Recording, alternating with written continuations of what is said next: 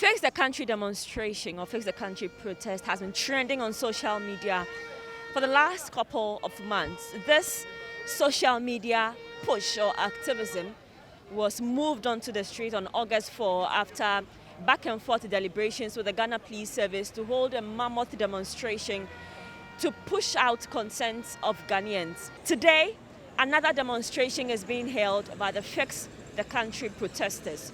We're going to find out from them how different this is from the previous one, what their demands are, and what they want government to do.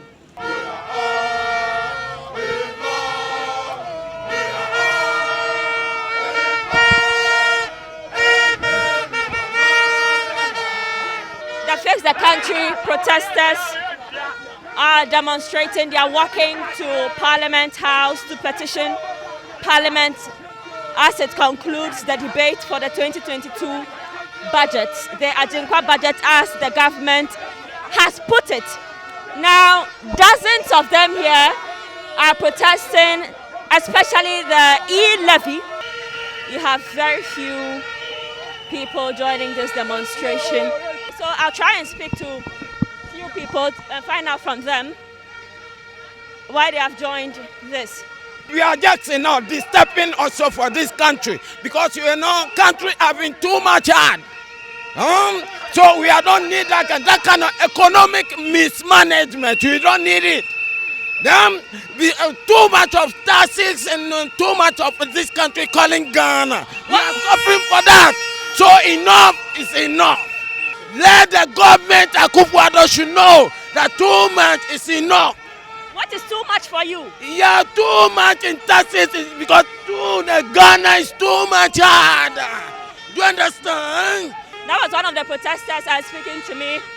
He is telling me that the country is hard for him, so he wants something to be done about it. Okay, so we've gotten to the Octagon, which is close to the Melbourne Peak side. The protesters have halted again, chanting and singing before they make another move.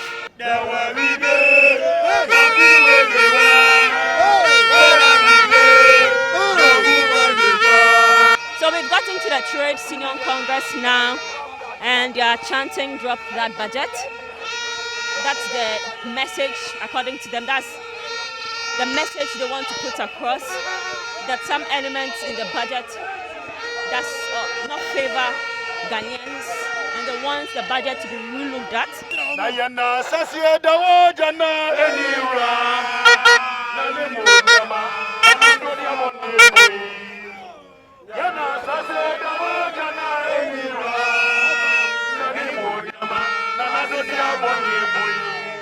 And the protesters are booing at workers who are viewing from their windows in their various offices. They are not happy with the Trade Union Congress. I want better thing for Ghana. Our leaders are killing us too much. Everyday taxes, we don't see any improvements. We want Ghana to develop like Qatar, Kuwait and everything. The whole Africa, Ghana, our currency is the biggest currency in the whole Africa, which means we have money here. But our leaders are eating the money and chopping the money.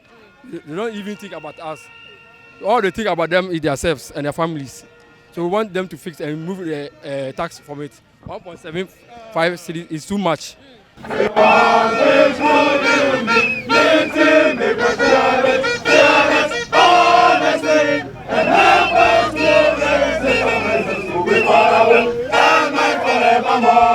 I've seen you holding a sanitary pad. Yes. What is it for? Well, I'm a girls and children advocate. I work mostly in the rural areas. I work with the foundation, and I've gone all over the country, and I see how the girls education unit suffers so hard without resources to make sure we stop issues about teenage pregnancies. And here lies the case. We are charging 20% sanitary pad tax. If you watch the first Fix the Country demonstration, I was with a placard with a 20% sanitary pad tax, which a lot of people buy into the idea. But up to as it stands now, we still pay 20% sanitary pad tax. Now that we are coming to pay 1.75 tax on Momo. So you can see leadership of the group speaking with the police to try and negotiate making an entry into Parliament. There are deliberations right now. The police seems to be telling them they cannot enter. The arrangement was that, look, if we exceed 500, then we are going to be here. But if we are less than 500, then we would go inside the forecourt. So this is a breach of the conversation that we have had, which the IGP himself agreed to. So I don't know what they are doing here, whether they are disobeying the orders of their own IGP or they want to do their own. Do you think you are more than 500 here? No. We are less than 500. You can see. We are simply representing the poor. People are too weak to walk themselves here. These are the people we are representing. Your demand for us. Summarize them. We are here to stop a bad budget. It's as simple as that. It is a bad budget and we are here to stop it. So as it stands now, the representative of the people who came to engage leadership of the House is now speaking to the rest of the protesters, and there seems to be some sort of disagreement. 5 people have been permitted to enter the chambers, but it seems that there is some disagreement. Leadership is still waiting to hear from them what their final decision is, but it seems that they haven't really agreed on what the way forward is. They are supposed to officially present their petition to Honorable Osei Chairman Sabunsu and Honorable Haruna Idisu, but they are still waiting for them. They have come to receive it on behalf of Parliament. So leadership is leaving. They've been waiting for minutes and the protesters have still not gotten back to them. We don't know what the agreement is now. So you can see them moving away. We are 5. There was a bit of... We said 5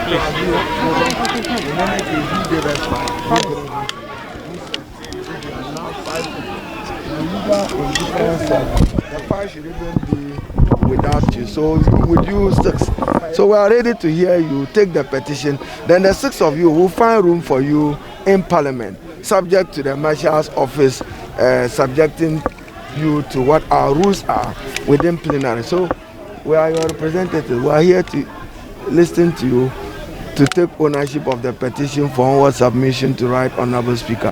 So if you are ready, we are ready. The opinion of the people was that they had wished you say a word or two to them being the leadership of the people. So when you present the petition, we'll speak to it. You haven't given us why you are here. Honourable members, with the greatest of respect, we are waiting to present the petition, but majority of our people are saying that if they are not going to be allowed into the perimeter of Parliament, where they feel they are a part of, then they wouldn't want the petition to be presented.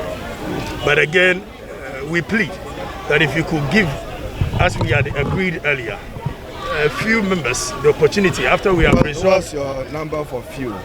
Well, not more than, what did you say? Us the first 5. So what's your number for Let's agree, let's say 10. That will be fine. We won't exceed that.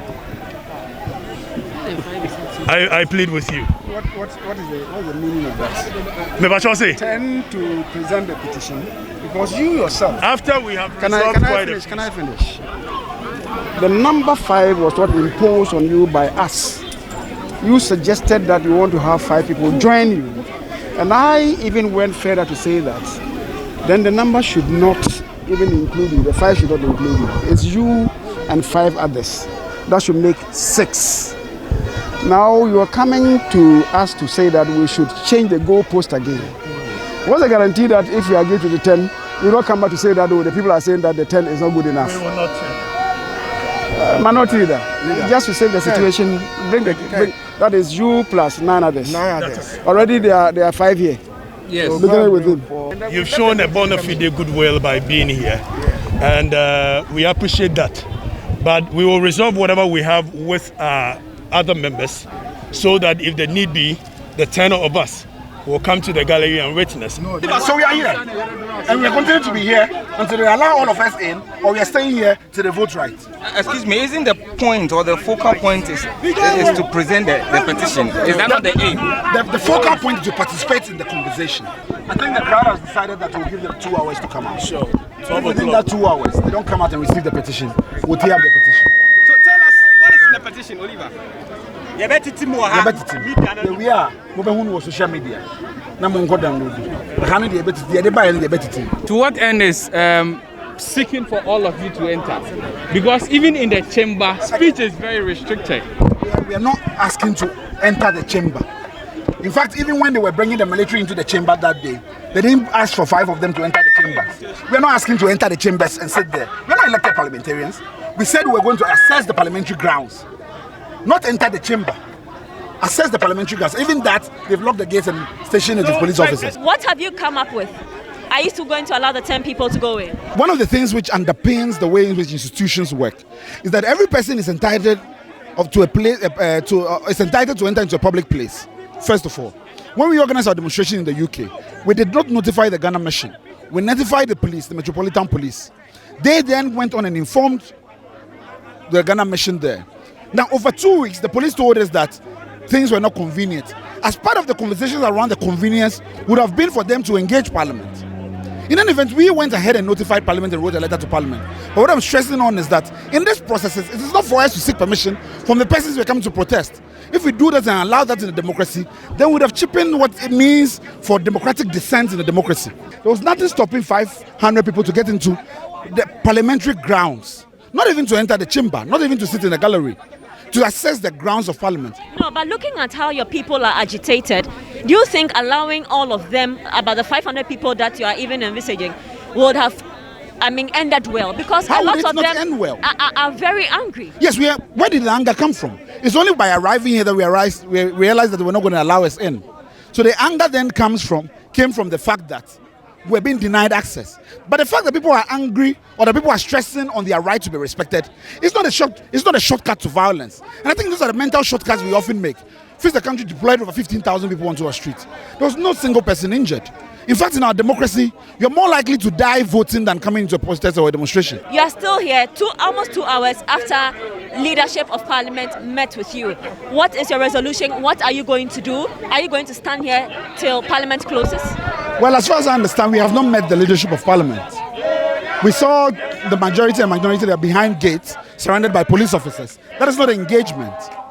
But one of the things we need to be clear. One of your people went to meet them. Yes, we had conversations as to what the agreement was, and we're asking them to respect the agreement. The most important thing is that 18 million Ghanaians are not impoverished by a tax that promises to threaten to break family livelihoods, to steal people's business capital, and deprive them of the little they have to be able to seek health care.